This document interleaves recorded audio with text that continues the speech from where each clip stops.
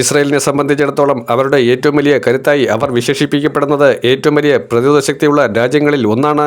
അവരുടെ അയൺ ഡോമുകളെ ഭേദിച്ച് അവിടുത്തെ ജനങ്ങളെ മുഴുവൻ ഉന്മൂലനം ചെയ്യാനോ വംശഹത്യ നടത്താനോ ആർക്കും കഴിയില്ല.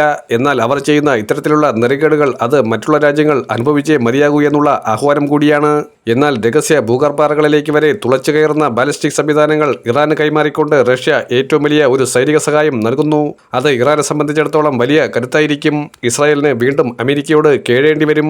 പക്ഷേ ഇത്തവണ ഇസ്രായേലിൽ കണക്കുകൂട്ടലുകൾ പലതും തെറ്റും. ഇസ്രായേൽ വെടിനിർത്തൽ കരാറിൽ ഒപ്പുവച്ചിട്ട് കാണിക്കുന്ന ഈ തോന്നിയവാസത്തിന് അവരെക്കൊണ്ട് മറുപടി പറയിക്കാൻ തന്നെയാണ് ഇറാന്റെ നീക്കം. ഇറാൻ പട തുടങ്ങിക്കഴിഞ്ഞിരിക്കുന്നു എന്ന ആഹ്വാനത്തിലേക്കാണ് ഇറാനെ സംബന്ധിച്ചിടത്തോളം ഏറ്റവും കൂടുതൽ പ്രതീക്ഷ അർപ്പിക്കുന്നതും ഇറാനെ ഏറ്റവും പീക്കിൽ നിർത്തുന്നതും അവർക്ക് ഇപ്പോൾ കിട്ടുന്ന ഈ സൈനിക സഹായങ്ങൾ തന്നെയാണ്. പലസ്തീനുകാരെ കൊന്നൊടുക്കുന്നത് കൊണ്ട് മാത്രമല്ല ഇറാൻ ഇപ്പോൾ തിരിച്ചടിക്കാൻ നിൽക്കുന്നത്. ഇസ്രായേൽ ഈ രീതിയിൽ മുന്നോട്ട് പോയാൽ അവർ ഇസ്ലാമിക രാജ്യങ്ങളെ മുഴുവൻ ടാർഗറ്റ് ചെയ്യും. ഇസ്രായേലികൾ ഒരു കാരണവശാലും ദയർഹിക്കുന്നില്ല എന്ന തീരുമാനത്തിലേക്ക് ആയത്തുള്ള അലി ഖമേനിയും ഇറാന്റെ നിലവിലെ സർക്കാരും എത്തിക്കഴിഞ്ഞിരിക്കുകയാണ്. ഇറാനിൽ ഒരു റെജീം ചേഞ്ചിന് വേണ്ടിയായിരുന്നു ഇസ്രായേൽ ഇത്രയും കാലം കാത്തിരുന്നത്. ആ റെജീം ചേഞ്ച് നടക്കാൻ വേണ്ടിയാണ് അവരെ ആക്രമിക്കുമെന്ന് പറഞ്ഞ് വലിയ തോതിൽ ഒഴിക്കാൻ ശ്രമിച്ചത്. ഇറാനെ സംബന്ധിച്ചിടത്തോളം അവർക്ക് ഇനി തിരിച്ചടി നൽകിയില്ല എന്നുണ്ടെങ്കിൽ അവരുടെ മുൻപോട്ടുള്ള പദ്ധതികൾക്ക് ഇസ്രായേൽ വീണ്ടും തുരങ്കം വയ്ക്കും. 12 ദിവസം ഇറാനുമായി നടത്തിയ വാർ എങ്ങനെയാണ് അവസാനിപ്പിച്ചത് നമുക്കറിയാം. ഖത്തറിലെ അമേരിക്കൻ എയർവേസ് ഇറാൻ നശിപ്പിച്ചതുകൊണ്ടാണ്.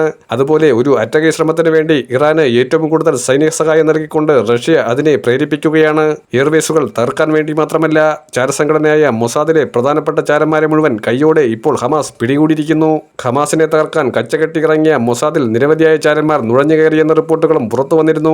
സൈനിക ശക്തി കൊണ്ട് മാത്രമല്ല, ഭൗതിക തലത്തിൽ വരെ ചിന്തകൾ വലിയ തോതിൽ വർദ്ധിപ്പിച്ചു. ഇസ്രായേലും മൊസാദും വിചാരിച്ചാൽ തകർക്കാൻ കഴിയാത്ത ഒന്നുണ്ട്. ഒരാളുടെ മുൻപിലും നട്ടല് കുനിക്കില്ല എന്നുള്ള ദൃഢനിശ്ചയത്തിന്റെ പ്രതീകമാണ് ഇറാൻ.